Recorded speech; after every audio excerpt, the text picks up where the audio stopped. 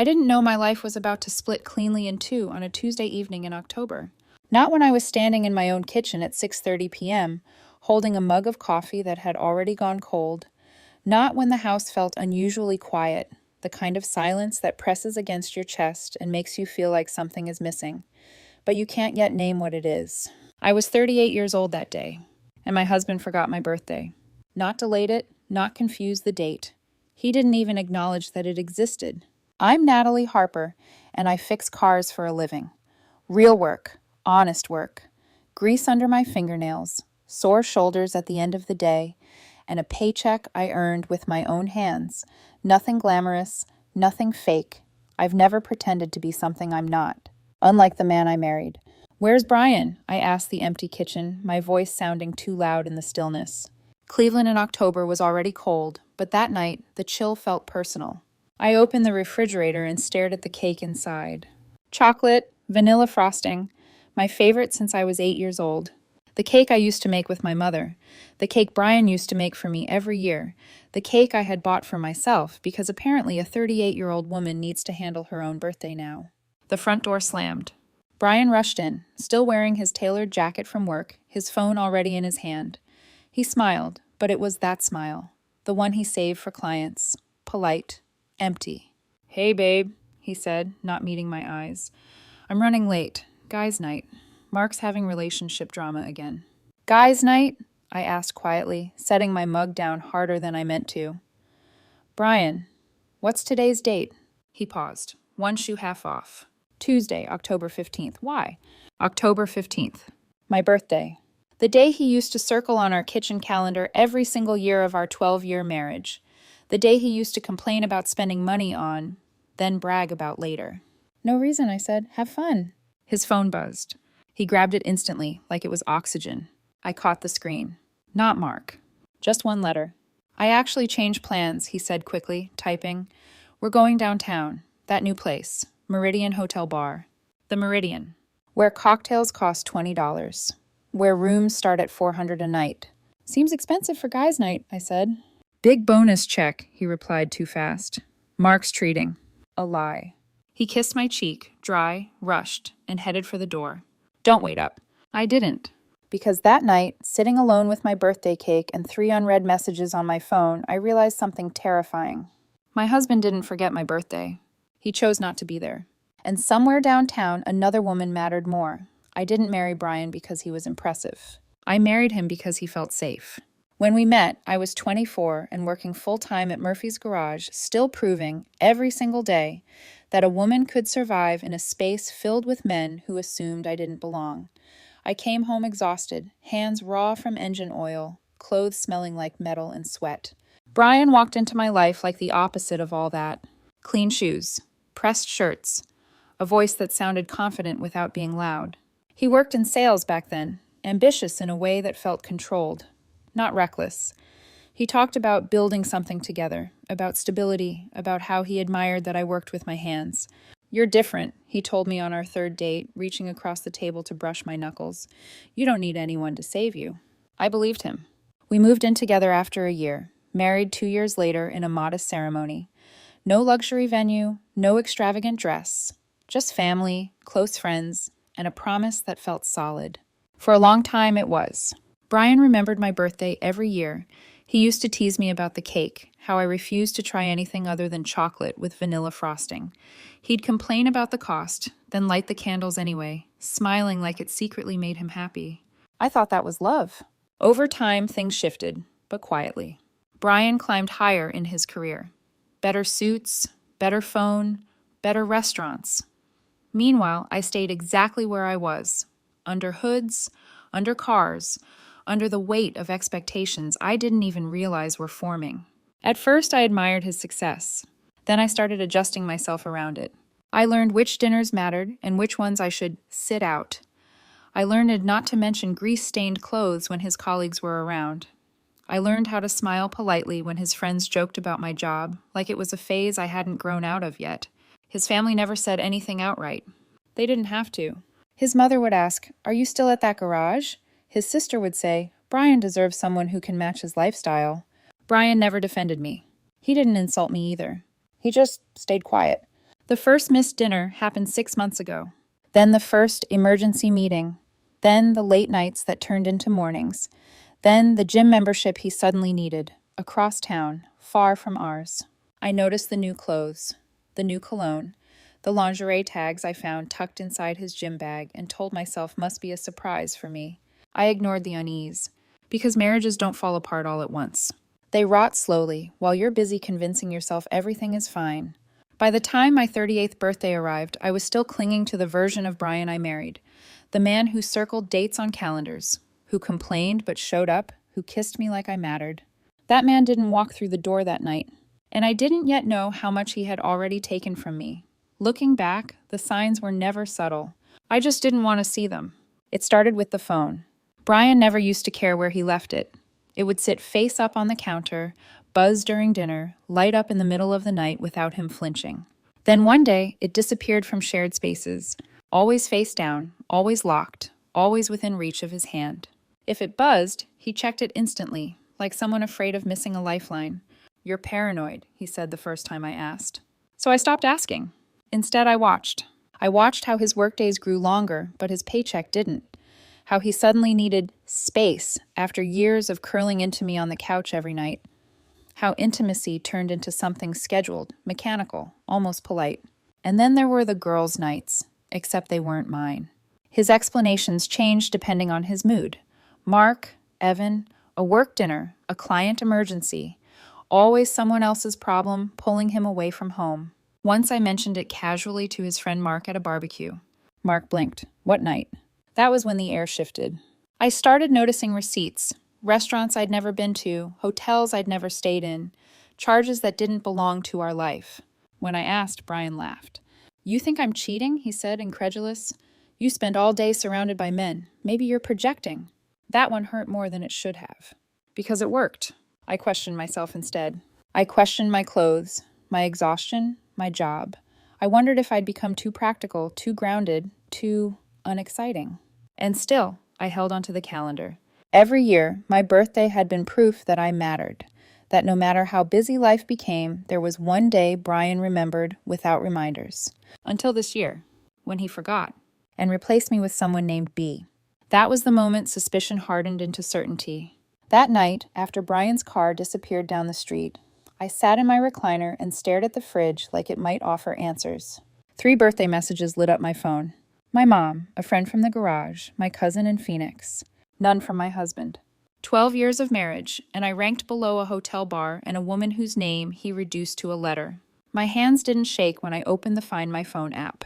We'd installed it last year after he lost his phone at a client showing. The blue dot blinked steadily downtown. Not moving. Not bar hopping. Stationary. At an address I recognized instantly. The Meridian Hotel. Room 304, if I had to guess. I didn't cry. I didn't scream. I picked up my phone and called Dylan, my closest friend from the garage. "Happy birthday," he answered. "How's married life?" "Like an expensive lie," I said. "Want to help me deliver a cake tonight?" A pause. "Natalie," he said carefully, "what are you thinking?" "I'm thinking it's my birthday, and I deserve to share my cake with the people who care about me most." Dylan exhaled slowly. "I'll be there in 20 minutes, he said. "Bring the good cake." I smiled for the first time that night, because once you see the truth clearly, there's no going back. The Meridian Hotel looked exactly like betrayal should.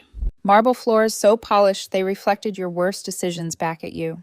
Crystal chandeliers hanging low enough to feel indulgent, expensive furniture that wasn't meant to be comfortable, just impressive, the kind of place people went when they wanted to feel important. Or hidden. Dylan and I walked in carrying the cake between us, my pulse steady in a way that surprised me. I expected anger, maybe fear. What I felt instead was clarity. At the front desk stood a young man with a name tag that read Trevor. He couldn't have been older than 25, already wearing that practiced look of polite detachment people in luxury places master early. "Good evening," he said. "How can I help you?" I set the cake box gently on the counter. "We'd like to deliver this to room 304, I said. "Birthday surprise." Trevor's eyes flicked between the box, my face, and Dylan. "I'm sorry," he said.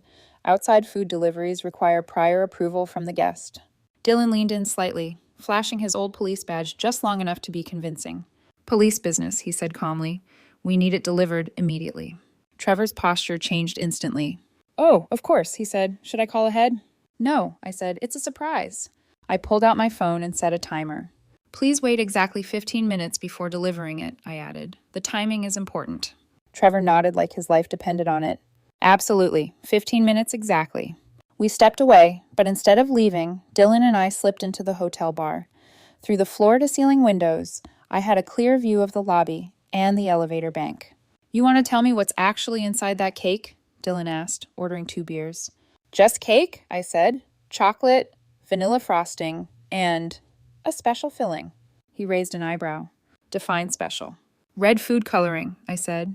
A lot of it, mixed with some expired fish sauce I found in the back of our fridge, sealed in small balloons, hidden between the layers. Dylan stared at me. You made an exploding cake? I prefer to think of it as an interactive dessert experience. And the vibration device? Borrowed from the garage, just enough to pop the balloons once the knife hits. He shook his head slowly. You're terrifying. I've been underestimated for years, I replied. We watched Trevor check his watch, lift the cake, and head toward the elevators. My phone showed 13 minutes. Last chance to stop this, Dylan said quietly. He forgot my birthday, I said, to sleep with another woman in a hotel room that costs more than my monthly mortgage payment. You don't know for sure. The GPS is stationary, the room is paid for, and Brian doesn't have that kind of money for a guy's night. 2 minutes left. Through the lobby window, I saw Trevor step off the elevator on the 3rd floor. 30 seconds. Happy birthday to me, I murmured, raising my glass. The explosion itself was silent from where we sat, but the aftermath wasn't. Trevor burst back into the lobby seconds later, his uniform splattered red. Hotel security rushed in. Guests gathered, whispering, pointing. My phone rang. Brian. Natalie, he said, panicked. Oh my God, something horrible happened. What's wrong? I asked calmly. I thought you were with the guys. We are, but there was this cake, and it exploded everywhere. Where are you exactly? The Meridian Hotel. A pause. We came here after dinner, he rushed. Someone sent a cake to our room, and there's red stuff everywhere. The hotel says we're responsible for the damages. Our room? I repeated. The room where we were having drinks. A private room. For what party? Mark's bonus, he said weakly. I told you. Sounds awful, I said. I'm sure it's just a misunderstanding. They want $68,000, he whispered. Even I was impressed. I'm sure your friend can cover it, I said. The one who's paying for everything. Silence. Can you come down here? He asked. I need you to... I can't, I said. I'm celebrating. Celebrating what? My birthday, I said softly. Remember? And I hung up. The night ended without me. I didn't rush to the hotel. I didn't demand explanations. I didn't cry myself to sleep. Instead, I went home. I ate leftover pizza. I rinsed frosting off a fork and left the rest of the cake untouched in the fridge. I watched a late-night game I barely cared about and went to bed before midnight. The strangest part was how calm I felt, like something heavy had finally dropped out of my body. The next morning, I woke up to 17 missed calls and 1 text message. We need to talk. I was pouring coffee when Brian came home around 8. Same clothes as the night before. His hair looked wind-tossed, his cologne overworked, his face pale with exhaustion and panic. Natalie, he said, we have a problem. We do, I agreed. I had a great night. He slammed his briefcase onto the counter. Cut it out. I know you sent that cake. What cake? I asked, flipping my newspaper. The cake that destroyed a $68,000 hotel suite. I looked up slowly. Honey, I bought a cake yesterday. Ate it while watching the game. Chocolate with vanilla frosting. My favorite. The hotel has security cameras, he snapped. They'll figure out it was you. I hope they catch whoever did it, I said. Sounds unhinged. His phone rang. He answered immediately. Becca, I can't talk right now. No, I told you. I don't have that kind of money. Well, maybe you shouldn't have paid it without talking to me first. Becca. So B had a name. He hung up and turned back to me. I need your help, he said.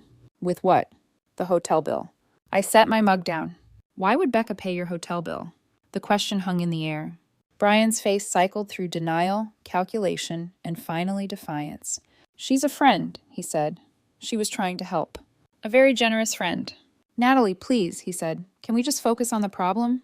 The problem, I said, walking to the kitchen calendar, is that you forgot my birthday. I flipped the page. October 15th, blank. Then October 16th. Natalie's birthday, written in his handwriting. You were off by a day, I said. That's your story? His face crumpled, not with guilt, but with the realization that the lie was too stupid to survive. It was just one night, he whispered. One night I know about. What does that mean? It means I've been paying attention, I said quietly. The late meetings, the new gym across town, the lingerie you hide in your bag. He sank into a chair. I can explain. I'm sure you can, I said. You always could. The TV in the living room caught my eye. Breaking news. Unusual incident at the Meridian Hotel. Red-stained hallways. Security footage. A reporter talking about vandalism involving an explosive device hidden in a birthday cake. They're calling it terrorism, Brian whispered. That feels dramatic, I said. The reporter continued. Police are reviewing footage and asking anyone with information to come forward. 2 unidentified individuals, Brian said. That was you. No, I replied calmly. We were at the garage. Plenty of witnesses. Not true yet, but it would be. What do you want? He asked finally. For the first time, he was asking the right question. I want a divorce. The words settled between us like dust. 3 days later, I was under the hood of a Ford Explorer when Dylan walked in holding 2 coffees and a manila folder. Your husband's girlfriend is interesting, he said. My ex-husband, I corrected. I filed yesterday. He smiled. Good. And that was when I learned the cake wasn't the end. It was the beginning. Dylan set the coffees down on the workbench and slid the folder toward me. You're not going to like this, he said, but you're going to want to know. Inside were photographs. Clear ones. Brian and Becca entering the Meridian Hotel together. Brian holding her hand at a downtown restaurant I'd never heard of. Brian kissing her in the parking lot of a budget hotel like a teenager who thought the world couldn't see him. How long? I asked, my voice steady in a way that felt almost inhuman. At least 4 months, Dylan said. Same pattern, expensive places, weeknights. He's been living a second life. I exhaled slowly. So that's where the money went. There's more, he added. He flipped to another set of photos, this time of Brian sitting across from a woman I didn't recognize. Legal pads, property documents, coffee meetings that didn't look casual. Who's that? Janet Morrison, Dylan said. Real estate attorney. Commercial property transfers. My stomach tightened. She's been meeting your husband every Thursday for 6 weeks. For what? I asked, already knowing the answer. To research Murphy's garage. The coffee slipped from my hand and shattered on the concrete floor. No, I said. That's not possible. Dylan nodded grimly. Brian's been digging into ownership structures, looking for liens, weak points, anything that could be exploited. He can't touch the garage, I said. It's a partnership. Exactly, Dylan replied. A partnership sitting on prime land in a neighborhood that's being redeveloped. The pieces snapped together so violently I had to lean against the workbench to stay upright. Brian wasn't just cheating. He was planning to destroy my livelihood. And Becca? I asked. She's been funding the legal research, Dylan said. Her money, or at least the money she has access to. I laughed once, sharp and hollow. Of course she is. There was more still. Brian's finances weren't clean. Luxury purchases paid from shared accounts, hotel charges disguised as business expenses, legal fees he never mentioned. He was bleeding money and trying to replace it by taking something that belonged to me. By the time I got home that night, Brian was packing suitcases. I'm staying with a friend, he said, until this hotel mess gets sorted out. What hotel mess? I asked. The lawsuit, he said quickly. They're suing both of us. The cake was addressed to me. That's unfortunate. They want the $68,000, he said. If we don't pay, they'll garnish wages, put liens on the house. Our house? I asked softly. He froze. You mean the house my mother left me? I continued. The one your name is on, only because we're married? It's community property, he snapped. Not for long. He zipped the suitcase. The divorce papers won't protect you from the lawsuit, he said. They'll protect me from you. His eyes narrowed. What's that supposed to mean? It means I know about Janet Morrison, I said. I know you're trying to steal the garage. The color drained from his face. You're imagining things. Just like you imagined my birthday didn't matter. He grabbed his bags and left, throwing one last threat over his shoulder. You'll regret this. Becca has lawyers. Good ones. I watched the door close behind him and felt something solid settle in my chest. Fear had run out. That night, I made 3 phone calls. One to my lawyer, one to a private investigator Dylan trusted, and one to Becca's husband. My name is Natalie Harper, I said when he answered, and I think we need to talk. I didn't sleep that night. Not because I was afraid, but because my mind wouldn't stop replaying everything I had ignored. Every dismissed instinct, every moment I told myself I was being dramatic, every time I chose peace over truth. By morning, the house didn't feel like mine anymore. It felt like a stage after the audience leaves. Props still in place, but the illusion gone. The call with Becca's husband, Lucas, hadn't gone the way I expected. He didn't yell, he didn't hang up, he didn't accuse me of lying. He went quiet. Then he said very calmly, "I know." Those 2 words landed harder than any scream. We met later that day at a small coffee shop downtown, neutral ground, far from both our lives. Lucas was younger than I imagined, dressed simply, eyes tired in a way that comes from carrying a truth too long. "I found hotel receipts 2 months ago," he said, stirring his coffee without looking at it. "I followed the money." "So why didn't you confront her?" I asked. He gave a faint, humorless smile.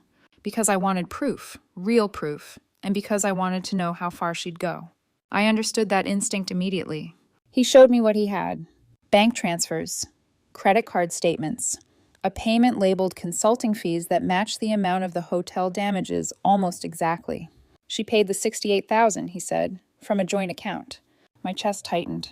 "So she's bleeding her family dry," I whispered, "and Brian's using her money to try to take my business." Lucas nodded. "That's what it looks like." I should have felt vindicated. Instead, I felt hollow. Because knowing the truth doesn't always make it easier, it just makes it heavier. By the time I got home, my lawyer had left 3 messages. The hotel lawsuit was real, aggressive, relentless. Brian had also filed a motion claiming partial ownership of the house. Of course he had. That night, I sat alone at the kitchen table, staring at the calendar. October 15th, still blank. I thought about how small the original betrayal seemed now, forgetting a birthday. How naive I'd been to think that was the wound. The truth was worse. Brian hadn't just replaced me emotionally. He had decided I was expendable. That my trust, my work, my future were assets he could liquidate. For the first time since all of this began, I broke. Not loudly, not dramatically, just quietly, with my forehead pressed to the table and my hands shaking in my lap. I cried for the woman who believed loyalty was enough, for the years I spent building something real while someone I loved planned to take it, for the version of myself that thought staying was strength. When the tears finally stopped, I realized something had changed. The pain wasn't paralyzing anymore. It was sharpening. And somewhere inside that quiet kitchen, I understood. This was the lowest point, which meant there was only one direction left. Up. The shift didn't come with fireworks. It came with paperwork. The private investigator Dylan had recommended, Tony, sent me a message the next morning asking to meet. Not urgently, not dramatically, just precise. The kind of calm that only comes when someone already knows the outcome. We sat in a quiet booth at a diner near the garage. He slid a thick folder across the table without ceremony. "This is everything," he said. 4 months of activity. Clean. Documented. Inside were timelines, screenshots, photos, financial trails that told the story Brian and Becca thought no one could see. Hotel stays, paid from shared accounts. Legal consultations billed under vague business expenses. Text messages discussing leverage, forced sale, distress timing. They weren't just careless. They were arrogant. "They're planning to move fast," Tony continued. "Your ex thinks the lawsuit and the divorce will pressure you into selling your share of the garage. Becca's money keeps the lawyers running. Janet Morrison is mapping out the transfer." I flipped to the last page. A draft proposal, a buyout scenario. My name typed neatly beneath a section labeled "Seller Under Duress." Something inside me went still. Not numb. Focused. "Can you prove intent?" I asked. Tony nodded. "Already did." He pointed to a highlighted exchange. Brian and Becca arguing about timing. "If we wait until the lawsuit escalates, she'll panic. She won't have a choice." I closed the folder. That was the moment I stopped reacting and started choosing. I met with my lawyer that afternoon, not to defend, but to position. We tightened boundaries, locked accounts, filed motions that froze property transfers, the house, the garage, everything Brian assumed he could touch. Then I called Lucas. "I'm ready," I said. "For what?" he asked. "To let them think it's working." There was a pause, then a low, approving laugh. "I was hoping you'd say that." We built the trap together, quietly, carefully. No threats, no confrontations, just space for Brian and Becca to talk themselves into a corner. I told Murphy and the partners at the garage we might need to act worried. Let rumors drift. Let the pressure feel real. Murphy smiled in that slow, knowing way of his. People who rush for advantage usually trip over their own feet. By Friday, Brian called. Concerned, gentle, almost kind. I heard about the garage, he said. I'm sorry, Natalie. I know how much it means to you. Yeah, I replied softly. It's been hard. I might know someone who could help, he continued. An investor. He'd buy the place, keep you on as manager. I smiled, though he couldn't see it. Set up a meeting, I said. I'll listen. After we hung up, I stood alone in the garage office, breathing in oil and metal and years of work I refused to lose. For the first time since my birthday, I didn't feel like a woman who had been left behind. I felt like someone standing exactly where she needed to be, waiting. The meeting took place on a Friday afternoon in the small office at the back of Murphy's garage. The air smelled like oil and dust and old paper, familiar, grounding. I wanted Brian and Becca to feel out of place here. I wanted them to feel like they were stepping into something they didn't own. Brian arrived first. He wore one of his best suits, the kind he used to save for client dinners. He looked confident, too confident. The kind of man who believes the endgame is already written. Becca arrived separately, playing her role perfectly. Professional, calm, concerned. She even reached for my arm when she saw me. Natalie, she said softly, I'm so sorry you're going through all this. I nodded, non-committal. They sat across from me, folders in hand, smiles carefully rehearsed. Brian spoke first. We've reviewed the situation, he said. The lawsuit, the cash flow issues. It's not sustainable, but there's a solution. Becca slid a document toward me. A purchase agreement, she said. Fair market value, considering the distress. I glanced at the number. Low. Insultingly low. I didn't react. And after the sale, I asked? You'd stay on, Brian said quickly. Managerial role. Steady income. Security. Security. From the man who forgot my birthday and tried to steal my future. I leaned back in my chair. Can I ask something? I said calmly. Of course, Becca replied. How did you know the garage was in trouble? I asked. We haven't made anything public. Brian hesitated, just a fraction too long. Business circles, he said. Word travels. Which circles? I pressed. Silence. Becca jumped in. Natalie, does it matter? We're trying to help. I think it matters, I said. I reached into my bag and placed my phone on the desk, screen facing up. Because everything you've said since you walked in here has been recorded. Becca's face went white. You can't do that, she snapped. I can, I replied. One-party consent. Brian stood abruptly. This is insane. No, I said quietly. What's insane is thinking you could pressure me into selling my livelihood and I wouldn't notice. I slid another folder across the desk. Photos, bank statements, text messages. Becca's breath caught. You use shared funds to pay for hotels, I continued, to cover the damages, to finance legal research aimed at forcing a sale. Brian lunged for the folder. Before he could touch it, the office door opened. Lucas stepped inside. Behind him, 2 uniformed officers. Going somewhere? Lucas asked calmly. Brian froze. Becca's knees buckled as she sank back into her chair. The officers read the charges aloud. Conspiracy to commit fraud. Financial abuse. Forgery. Attempted coercion. As they were let out, Brian turned to me, eyes wild. You planned this, he said. I met his gaze without flinching. No, I replied. You did. Outside, the late afternoon sun hit the garage sign just right.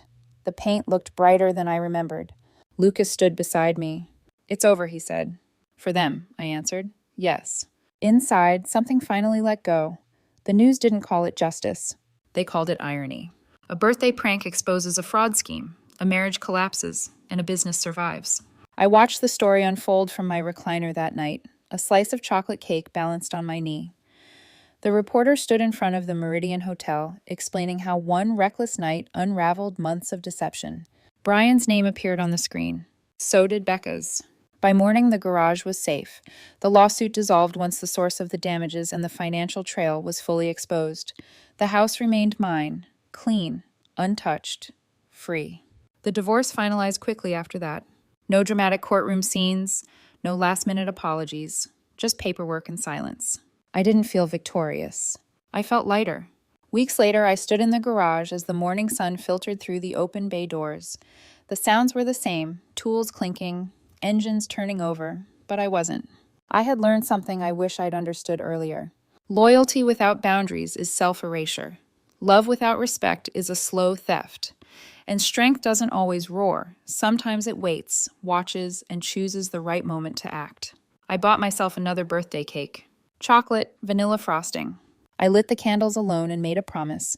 not to anyone else, but to myself. Never again would I shrink to keep someone comfortable.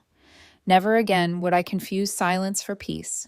Never again would I stay where I was treated as expendable.